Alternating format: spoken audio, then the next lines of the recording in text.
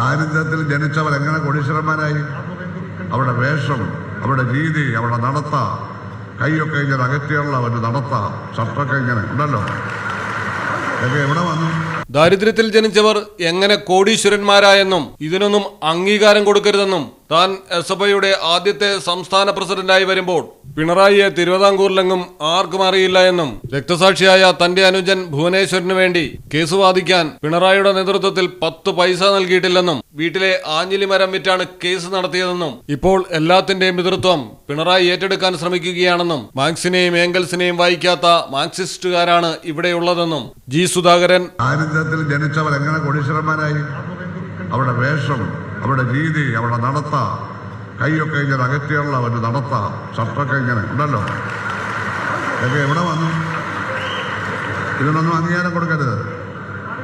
CPM-നകത്ത് 63 വർഷം ഞാൻ പ്രവർത്തിച്ചത് ശരിയാണ്. ആദ്യത്തെ വർഷം അവിഭക്ത പാർട്ടിയാണ് 63-ൽ. അന്നാണ് പാർട്ടി ചേരുന്നത്. 15 വയസ്സേ ഉള്ളെന്ന്. വളയുന്ന ഹൈസ്കൂളിൽ ഞാൻ പ്രസംഗത്തിനും ഉപന്യാസത്തിനും ഒക്കെ വളരെ മിടുക്കനായതുകൊണ്ട് കമ്മ്യൂണിസ്റ്റുകാർ നിർമ്മിച്ച് തന്നെ 15-ാം വയസ്സിൽ 18 വയസ്സിലെ ചേരാൻ പറ്റുള്ളൂ പാർട്ടി മെമ്പറാക്കി. അന്നെനിക്ക് പാർട്ടിയെ പറ്റി കൂടുതലൊന്നും അറിയില്ല. വളരെ എസ് എൻ കോളേജിൽ പഠിക്കാൻ പോയപ്പോൾ പാർട്ടിയുടെ സജീവ പ്രവർത്തകനായി എസ്.എഫ്.ഐയുടെ ആദ്യത്തെ സംസ്ഥാന പ്രസിഡന്റാണ്. ഇതെല്ലാം പിണറായി എന്നെ വളർത്തിയെന്നാണ് പിണറായി പറയുന്നത്. അന്ന് പിണറായി എന്ന ഈ തിരുവിതാംകൂറിൽ അറിയത്തോലും ഇല്ല. പിണറായി 1967 പിണറായി വിജയൻ എന്ന ഒരാളെ ഈ തിരുവിതാംകൂറിൽ ആരും കണ്ടിട്ടുമില്ല, അറിയത്തുമില്ല. അദ്ദേഹം മലബാർ തലശ്ശേരിയിൽ മാത്രം നിന്നൊരു കാലമാണ്. അദ്ദേഹം എല്ലാത്തിനും രക്ഷകർത്തത്തെ ഏറ്റെടുക്കുകയാണ്. ഞങ്ങൾ പോരാളിയാണ് മത്സരിച്ച് വന്നത്. എൻ്റെ അനുജൻ രക്തസാക്ഷിയായി, അത് ഞാൻ മറന്നുപോയി എന്നാണ് പറയുക. ഭുവനേശ്വരൻ എന്ന രക്തസാക്ഷിക്ക് വേണ്ടി കേസ് നടത്താൻ 10 പൈസ ഈ പിണറായി വിജയൻ്റെ നേതൃത്വത്തോളം തന്നിട്ടില്ല. ആഞ്ഞിലിമരം വിറ്റാണ് ഞങ്ങൾ ആ കേസ് നടത്തിയത്. ആ സംഭവത്തിലൊക്കെ നയിച്ചതിന് പുറകിലുണ്ടായിരുന്ന ഗൂഢാലോചനയൊന്നും ഞാൻ പറയുന്നില്ല.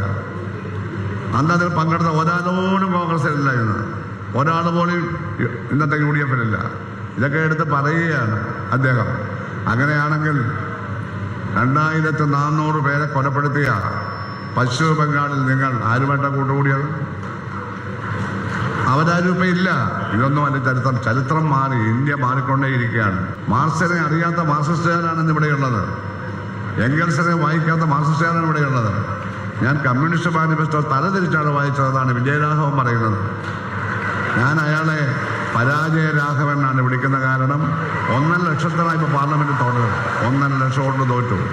അയാൾ എവിടെ വന്ന് പ്രസംഗിച്ചോ അവിടെ LDF തോക്കും. അതാണ് അദ്ദേഹത്തിൻ്റെ വാഗ്വിലാസം. കഴിഞ്ഞ തവണ എന്നോട് മത്സരിക്കണമെന്ന് പറഞ്ഞ് ഞാൻ സന്തോഷത്തോടെ മാറിയത്. ഞാൻ മത്സരിച്ച 50,000 കൊണ്ട് കഴിഞ്ഞവണ് ജയിക്കുമായിരുന്നു. അപ്പോൾ നമ്മൾ മാറുന്നത്, നമ്മൾ പാർട്ടി അച്ചടക്കം പാലിച്ചു. പാർട്ടി നിന്നപ്പോൾ ഞാനിപ്പോൾ സ്വന്തം, എൻ്റെ തലയിൽ ഭാരമില്ല. ഇപ്പോൾ മഹാകവി ടാഗോർ നോബൽ സമ്മാനം കിട്ടിയ ഗീതാഞ്ജലിയിലെ ഷാൻസയെ പറയുന്നത് പോലെ ദ മൈൻഡ് ഈസ് ഫ്രീ, എവിടെ മനസ്സ് സ്വതന്ത്രമായിരിക്കുന്നു. മലയാളം ടെലിവിഷൻ, ആലപ്പുഴ.